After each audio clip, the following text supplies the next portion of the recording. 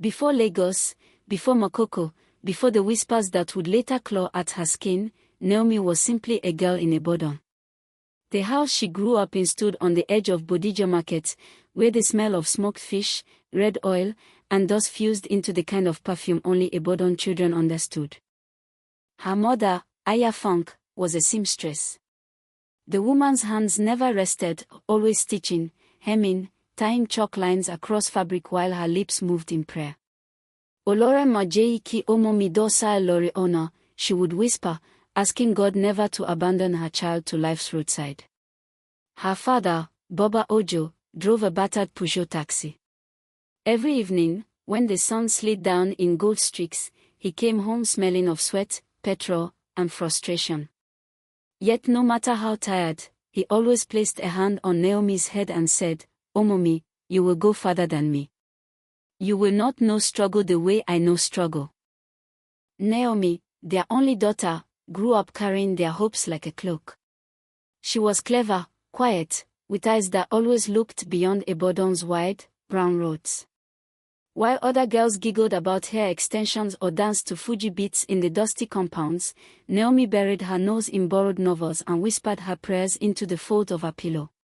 She dreamed of cities where streetlights did not flicker, where water ran without being fetched, where a woman could be more than what people gossiped her into. It was in her final year at the Teachers' College that she met Bamadir. He wasn't the tallest, nor the most handsome, but he carried himself like a man who had already seen tomorrow. His shirts were always ironed, his words smooth, and when he laughed, it filled the air with confidence. He worked as a clerk in a bank on Dogby Road, but his talk was always of Lagos, the center of excellence, the city that never slept, the land of opportunity. Naomi fell for him quickly, perhaps too quickly. He was attentive in the way Ibadan boys rarely were. He walked her home after classes, bought her meat pie from a roadside stall, and listened as she spoke of her dreams. "Ibadan is fine," he would say, "but Lagos will polish you until you shine like gold. Follow me, Naomi. Together, we will make it." Her parents were cautious. Baba Ojo frowned at Bamadir's smoothness. "Imara, Omomi. Words are cheap. Does this boy have character?" But Naomi's heart was already tethered. She saw in Bamadir the doorway to her escape, the man who could carry her from the narrow lanes of Ibadan into a bigger life. They married in a small church ceremony with plastic flowers and borrowed lace. The women all related, the men clapped their tired hands, and Naomi's mother wept, not from sadness but from the weight of letting go. And when Naomi stood at the altar, her hands in Bamadir's, she believed she was stepping into her future, into a promise greater than anything Ibadan could give. A week later, they packed what little they owned into 2 brown boxes and boarded a bus at Challenge Park.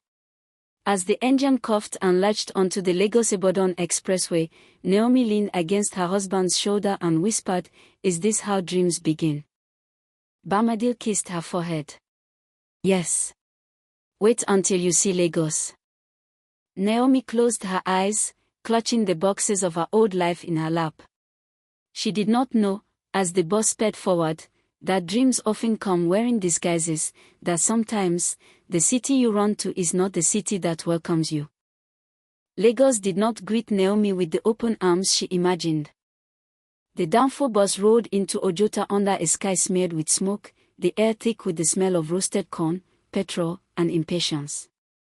Everywhere she looked, Lagos moved too fast, hawkers knocking on bus windows, children darting between cars, conductors shouting destinations with throats like cracked drums. Naomi clutched her box tighter. This was not the polished Lagos Bamadir had spoken of in his soft Ibadan voice. This was chaos wrapped in noise. "Don't worry," Bamadir said, sensing her unease. "This is only the beginning. Lagos is like this at first. You will get used to it." But as the bus jolted toward the lagoon's edge, Naomi saw where they were heading, not the broad streets of Victoria Island or the clean corners of Ikeja, but toward Mokoko, the floating slum that Lagos preferred not to speak about. When they finally stepped down, her shoes sank into damp earth. The air smelled of salt, smoke, and something rotten. Wooden shacks leaned into one another as if afraid of collapsing alone, and above, a tangle of washing lines flapped with tired clothes. Canoes rocked on the lagoon like restless children. "This is where?" Naomi asked, her voice thin. "Our start," Bamadil replied, adjusting his box on his shoulder. "Just small for now. One room. Later, things will change." Their one room was barely larger than the kitchen Naomi had grown up in. A thin mattress lay on the floor, pushed against the wall. The ceiling sagged in places, and when the wind blew, dust sifted down like mockery. Neighbors' voices bled through the walls, and the entire compound seemed to breathe as one restless body. Still, Naomi told herself this was temporary. She unpacked carefully, spreading her mother's old wrapper at the window, humming a hymn to disguise her disappointment. Lagos had to be better than this, Bamadil had promised. But promises have a way of thinning in the air of Makoko. By day, Bamadil disappeared with the morning rush, leaving Naomi to fend for herself. He worked in an office across the lagoon, but the hours he kept and the money he brought home began to shift, thinning like smoke.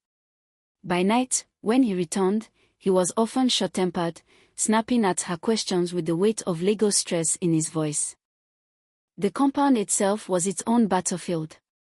Women cooked outside with kerosene stoves that smoked like angry spirits, their voices sharp with gossip.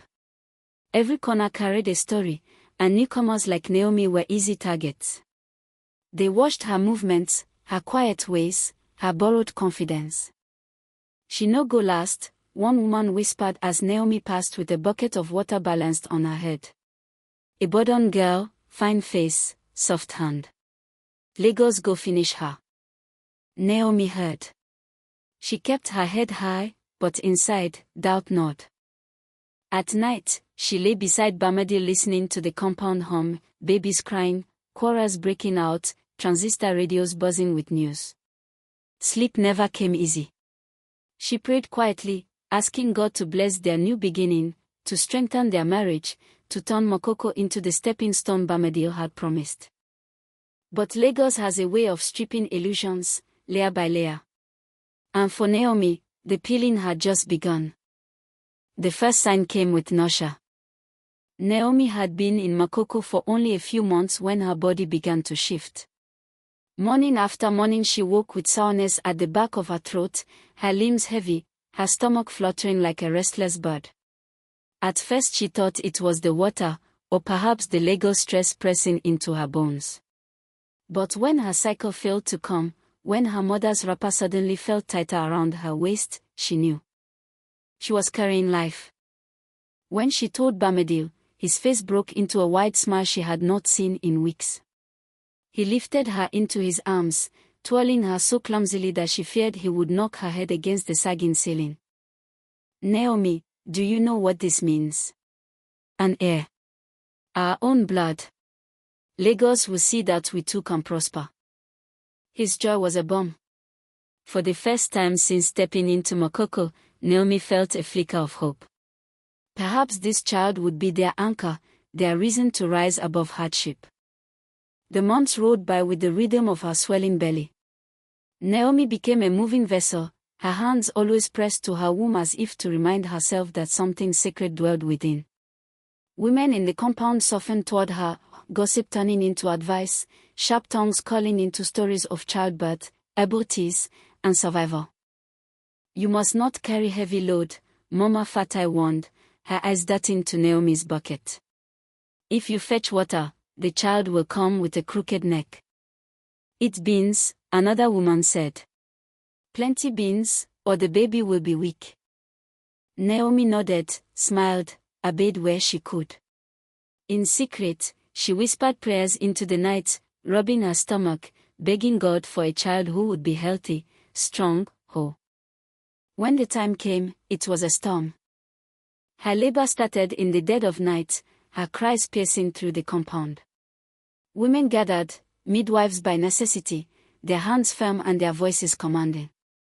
Bamadil paced outside, sweat on his forehead, muttering prayers as kerosene lamps flickered. Hours passed in agony until, with a final heave, Naomi brought forth her son. The first cry filled the room. Thin, sharp, alive. No boy, the woman announced, lifting the wrinkled child. Strong boy. They named him Jaden. For days, Naomi floated on a cloud of exhaustion and joy.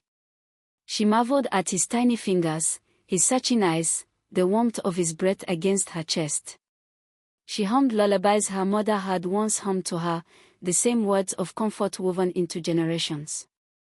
But as weeks turned into months, Naomi began to notice small things others brushed aside. Jaden did not look at her when she called his name. His cries came not in hunger or pain but in long, haunting wails that filled the night. When other babies in the compound began to clap and mimic sounds, Jaden's words seemed turned inward. He flapped his hands against his ears, stared at moving shadows as though they held secrets, and sometimes rocked himself on the floor until Naomi's heart broke from watching. She asked Bamadil if he noticed. He is only a baby, he said, dismissing her worry. Boys are slower. He will catch up. But the gossip in the compound had already begun.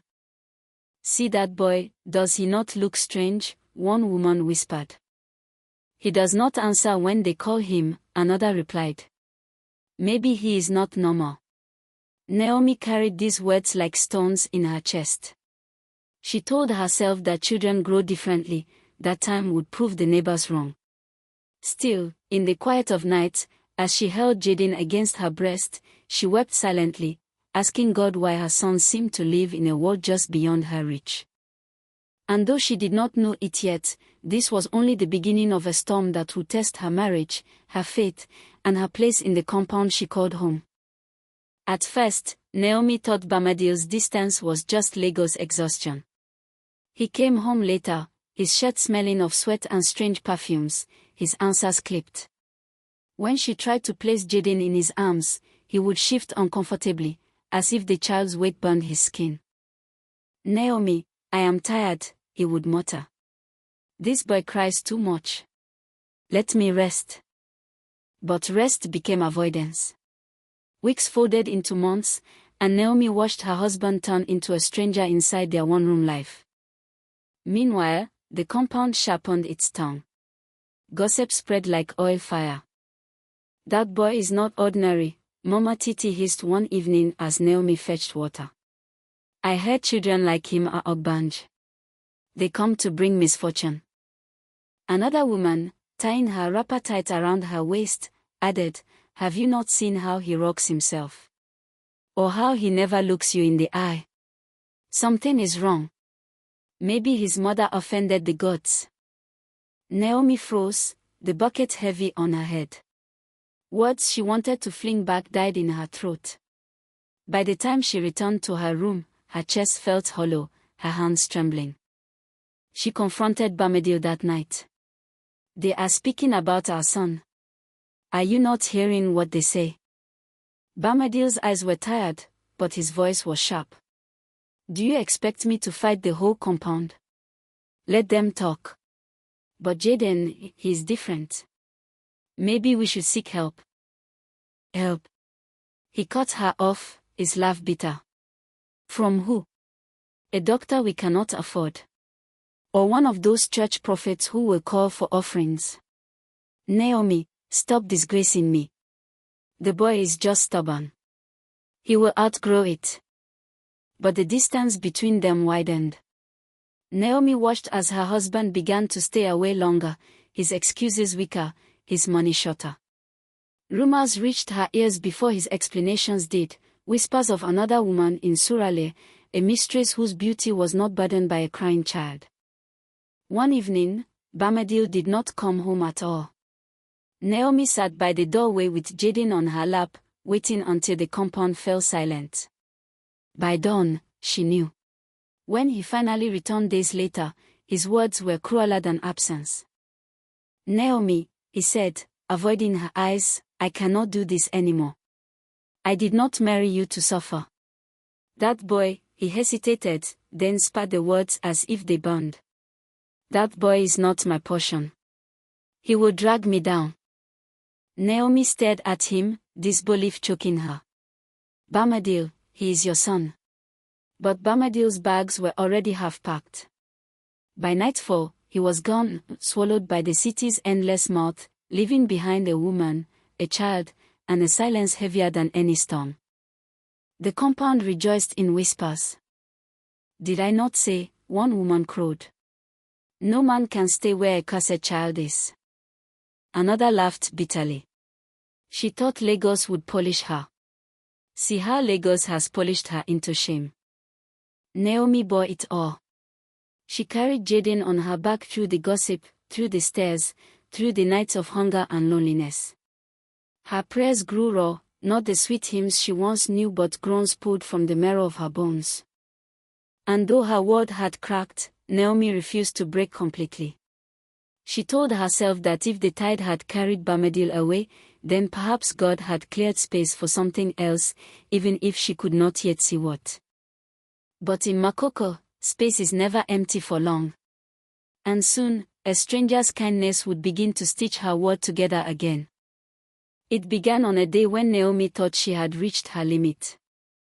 The sun was merciless, and the compound buzzed with chorals, radios, and smoke from frying akra. Jaden had been crying since dawn, rocking back and forth on the mat, covering his ears against sounds only he seemed to hear. Naomi tried everything, singing, food, even tying him to her back the way her mother once tied her, but nothing worked. By noon, exhaustion wrapped around her like chains. She stepped outside with her basin, ready to fetch water. That was when she saw him. A man in a faded blue shirt was helping Mama Ebra, the fish seller, fix the leg of her stool. His movements were calm, his voice low. He was not from their compound, his skin carried the dust of another place, and his Igbo accent colored his words. When their eyes met, Naomi almost looked away. But he smiled first. A steady, easy smile that disarmed her. You look tired, sister, he said. Let me carry that basin for you. She wanted to refuse. Lagos had taught her that kindness often carried hidden debts, but her arms ached, and her spirit was too weary to argue. She let him take the basin.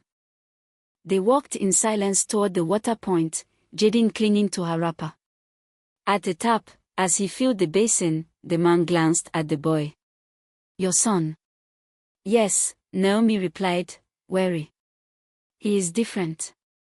The words cut sharp, but his tone was not mocking. It was observant. Gentle. Naomi's chest tightened. People say many things. They call him cursed. They say he will not live well. The man shook his head slowly. People fear what they do not understand. My younger brother was like him. They called him names too. But with help, he found his own way. He is a mechanic now, in Enugu. He fixes engines with a focus you and I cannot match.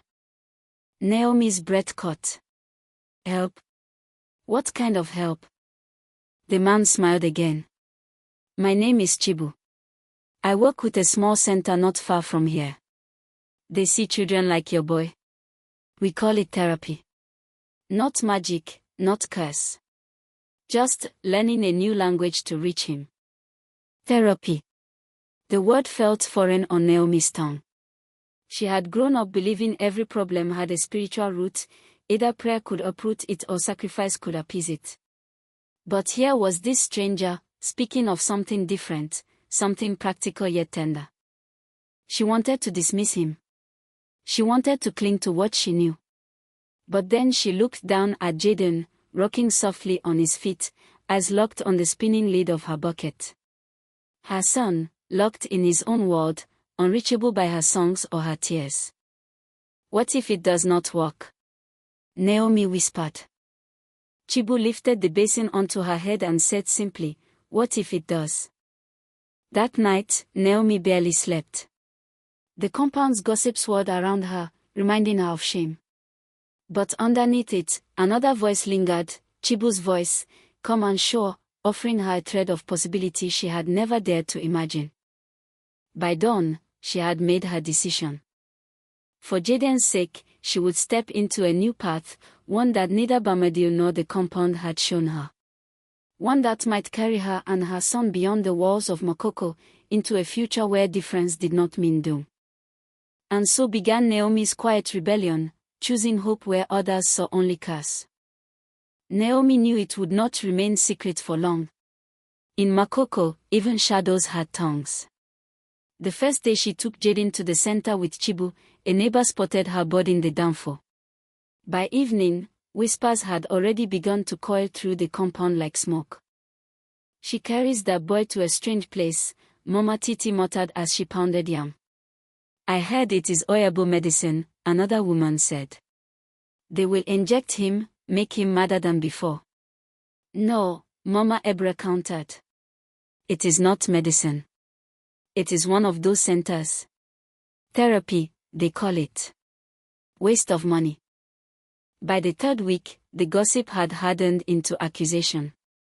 One evening, as Naomi returned with Jaden strapped to her back, she met a wall of neighbors waiting in the courtyard. Their faces were stern, some openly hostile. Children peeked from behind their mothers' wrappers, eyes wide with curiosity.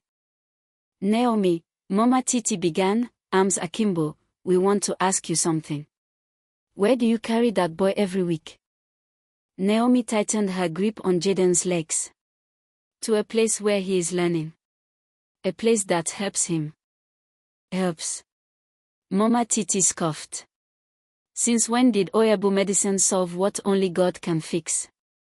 That boy needs deliverance, not Oyabo tricks. Others joined in. You are wasting money that should buy food. Do you not fear God? Do you want to challenge His will? Your husband left because of this, yet you are stubborn. The words lashed at her, each one reopening wounds. Naomi's chest burned, but she stood her ground. For too long she had bowed her head in silence, swallowing shame. Not this time. My son is not cursed, she said, her voice trembling but clear. He is not outbound. He is not punishment. He is a child, my child. And if there is a place that can help him speak, help him grow, I will go. Whether you approve or not. A stunned silence fell. Mama Titi's lips curled. You think you know more than us? Than elders? Than God? Naomi met her gaze. I know only this, I will not let my son be buried alive in silence while I still have breath. The courtyard erupted in mutters. Some shook their heads, others clicked their tongues. A few women, younger, with softer eyes, exchanged glances that Naomi could not yet read. Perhaps pity, perhaps quiet agreement. Naomi walked past them, into her room, heart pounding but spirit unbroken. Inside, she laid Jaden on the mat. He reached for a spoon, tapping it rhythmically against the floor, lost in his own pattern. Naomi watched him, tears stinging her eyes, but this time they were not only tears of sorrow.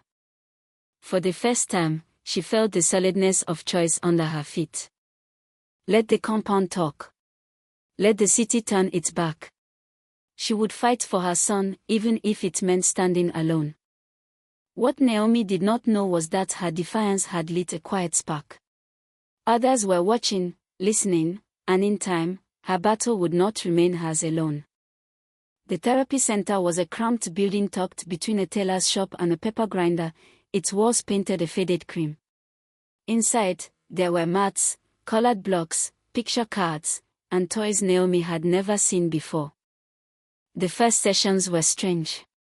Jaden ignored the toys, preferring to spin bottle caps or flap his hands.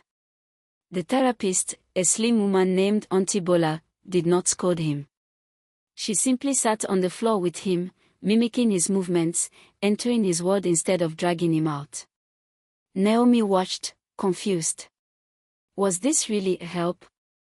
But then, slowly, changes began. One afternoon, Auntie Bola tapped a drum and paused, waiting. Jaden stared, rocking, then, hesitant, almost shy, tapped back. Naomi's breath caught. The sound was small, but it was reply. Communication. A bridge. Another day, when Naomi handed him a biscuit, Jaden looked at her, not through her, and whispered a sound that resembled more. Naomi's knees almost gave way.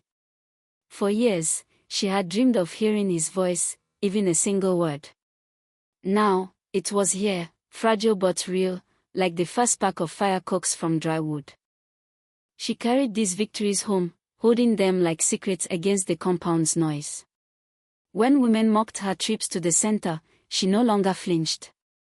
She had proof, even if they could not see it yet. And slowly, some did. One evening, as Naomi washed clothes by the tap, the younger wife of a carpenter whispered, "That place you go, it is working." Naomi hesitated, then nodded. Small. He is changing. The woman looked away quickly, but her eyes carried a question Naomi recognized, the question of a mother with her own hidden worry. Even the compound children, once cruel, began to soften.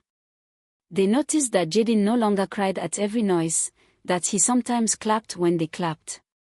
A boy who used to mimic him cruelly now offered him a toy car. The tide had not turned fully, but Naomi felt the water shifting. And Chibu was there too. Sometimes he walked them to the center, sometimes he simply asked after Jaden with quiet concern. His presence steadied her, though she guarded her heart carefully. Life had taught her the cost of misplaced trust.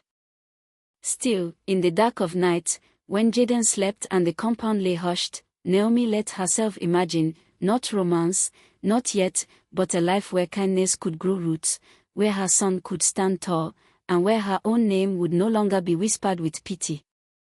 For the first time since Lego swallowed her dreams, Naomi began to believe again that tomorrow might hold something more than survival. The morning was ordinary, the kind of day that usually slipped past unnoticed, sunlight shimmering on the lagoon, smoke rising from fish fires, children shrieking as they chased each other barefoot through the compound. But for Naomi, it was the day her world shifted. She sat with Jaden on the mat outside their room, a row of colored blocks lined carefully between them. Therapy had taught her patience, one block at a time, one small step. "Blue," she said softly, lifting a block. Jaden's eyes flicked to her hand. His lips trembled. For a heartbeat, Naomi feared silence again. But then, clear, soft, uncertain, came a word. "Boo." Naomi froze. Her chest felt as if it might burst. She clutched the block, tears springing to her eyes. "Yes, Jaden. Blue. You said it." Her voice carried, and neighbors turned. Children stopped mid-play. Mama Titi herself, perched on her stool, stared. Jaden, oblivious to the weight of the moment, giggled and stacked the block on another. "Boo," he said again, louder this time. The courtyard fell into stunned quiet. Then, slowly, the murmurs began. "Did you hear?" The boy spoke. He spoke. Naomi held her son, pressing her forehead against his, sobs shaking her body. Not tears of sorrow this time, but of triumph. For years she had prayed, begged, endured shame. And here it was, her son's voice, fragile but undeniable, breaking the silence that had chained them both. That night, as Naomi prepared Jaden for bed, she stepped outside for air. The compound buzzed with a new kind of talk. Not curses, not mockery, but wonder. Some even used the word miracle. She smiled bitterly at that. It was no miracle. It was work. Sweat. Refusal to give up. And yet, perhaps, it was also grace. From the shadows, Chibu approached. He did not speak at first, only stood beside her, gazing at the lagoon where lanterns shimmered like scattered stars. "You see," he said finally, voice calm, almost reverent. "He has found his voice." "You see," he said finally, voice calm, almost reverent. He has found his voice. Naomi nodded, swallowing the lump in her throat. And I have found mine. She looked at him then, not as a savior, but as a fellow traveler. A man who had offered her a path, yes, but one she had walked with her own bruised feet. Jaden stirred in her arms, murmuring softly, drifting toward sleep. Naomi kissed his hair and whispered a prayer, not the old desperate kind, but a new one, steady and sure. Tomorrow will be better. And for the first time since she had left Ibadan, Naomi truly believed it.